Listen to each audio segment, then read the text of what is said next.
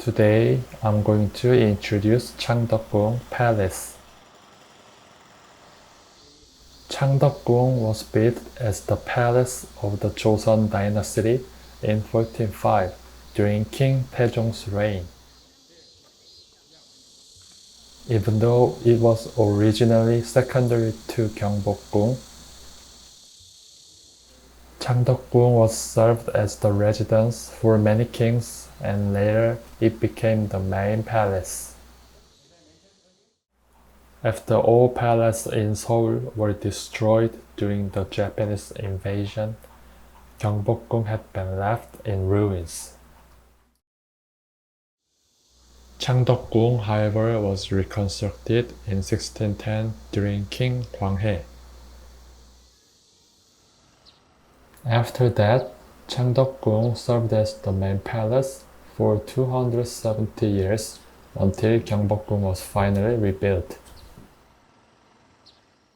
The palace, however, has been transformed by destructions and reconstruction by several fires, and restoration of the palace was begun in 1991, and the project still continues today.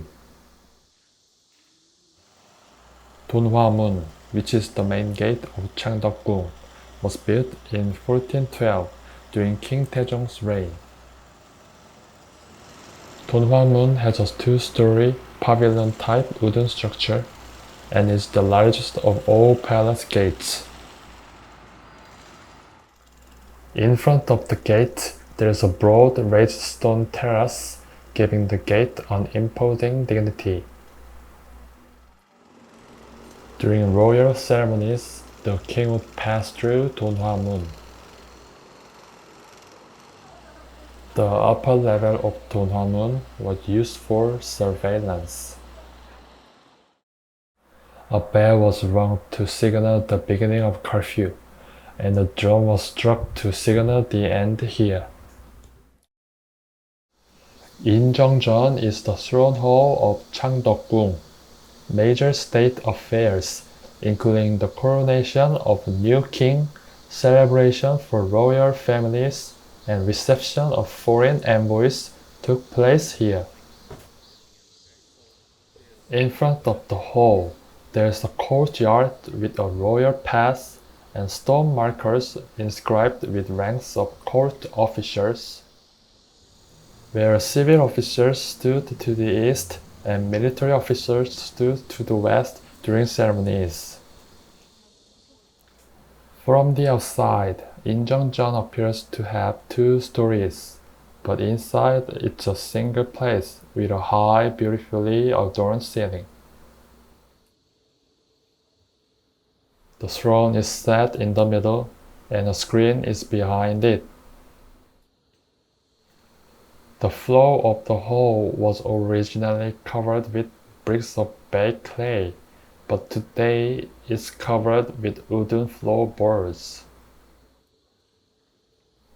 Along with the lighting, curtains, and glass windows, the floor was modified to a Western style in 1908. Here, the king worked at Seonjeongjeon to discuss routine state affairs with high-ranking officers. This is the only building in Changdeokgung with a blue-tiled roof. Assemblies include daily morning meetings with ministers, reports on state affairs, and state seminars. A long, narrow, colonnaded structure surrounding the hall served as secretarial offices and provide storage. As Huijeongdang, to its rear, shows increasing use of the king's work, Seonjeongjeon was served as a royal shrine during royal funerals. And a covered corridor from Seonjeongjeon Hall to Seonjeongmun Gate provides the only remaining evidence of its funerary function. Huijeongdang served as an office for the king and also his bedchamber. The king's office, Seonjeongjeon, was not large enough for conducting routine state affairs. As a result, Huijeongdang came to replace the function. Huijeongdang retains a traditional Korean exterior, but with the influx of Western civilizations, a lot of section of the building has been westernized.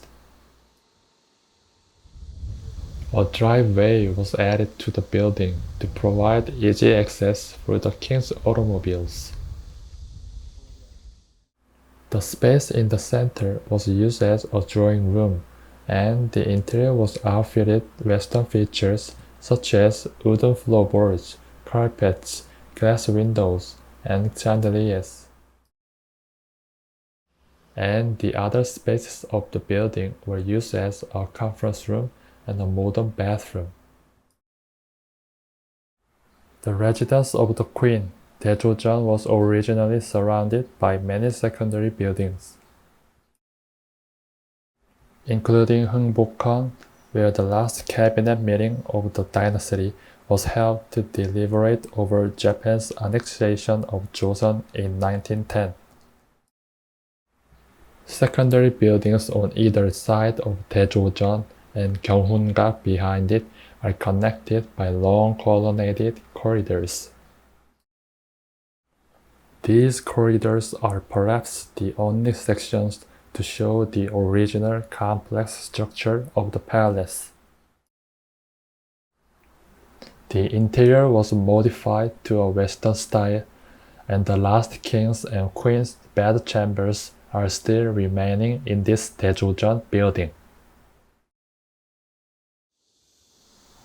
Seonjeonggak is the crown prince's study. It has a unique structure, a single place with a pavilion on the second floor on the east side. The crown prince received training and lessons 3 times a day. In between reading and studying classical literature, he also received military training such as archery and horseback riding. Gwanmulhon, which is behind Seonjeonggak, is where the king would read and hold audiences. On the wide road leading to the secret garden used to stand Jungheedang.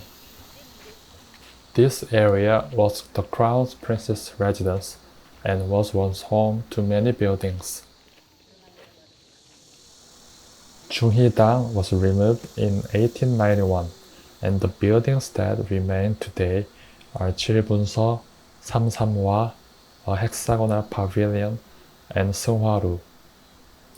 All 3 were once connected by corridors and used as a library and for storing books. While many government offices were located outside the palace walls, some offices were built on the palace grounds and collectively known as Gwolnaegaksa. Because so many of the king's support offices were concentrated in such a small area, Gwolnaegaksa had a labyrinthine feel. Gyeongbokgung was a publication office in charge of reviewing, collecting, and publishing books. Huijeongdang was built as a royal library for storing former king's poems and handwritings in the early King Jeongjo's reign. Hongmun관 is the office of special advisors who are in charge of advising kings and managing Confucianism classics, historical text, and writing. Naewon was served as a royal infirmary.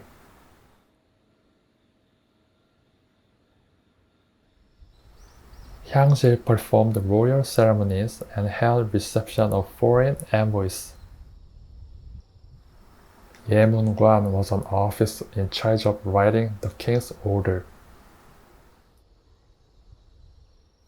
Seonwonjeon refers to the royal shrine where portraits of former kings were enshrined and ancestral rites were performed. To the left and right of Seonwonjeon, Jinjicheong were built for ritual ceremonies. Yangjidang to the east was where the king stayed the night before the ancestral ceremony. Nakseonjae was built as the king's quarters in the reign of King Hunjong in 1847. Even though it was part of the palace, King Hunjong refrained from using colorful paint decorations, 단청. The lattice doors of Nakseonjae in the Qing style reveal the king's taste for foreign culture. Seokbokgung was constructed in 1848. It was built for the royal lady Gyeongbin, who was chosen in order to give King Hunjong's desired heir. It was very unusual for a king to build a new building on the palace grounds for his concubine. Sugangje was the quarters of Queen Sunwon, the grandmother of King Hunjong in 1848. Today, I've introduced Changdeokgung Palace, and I will wrap up today's episode here. Thanks for watching.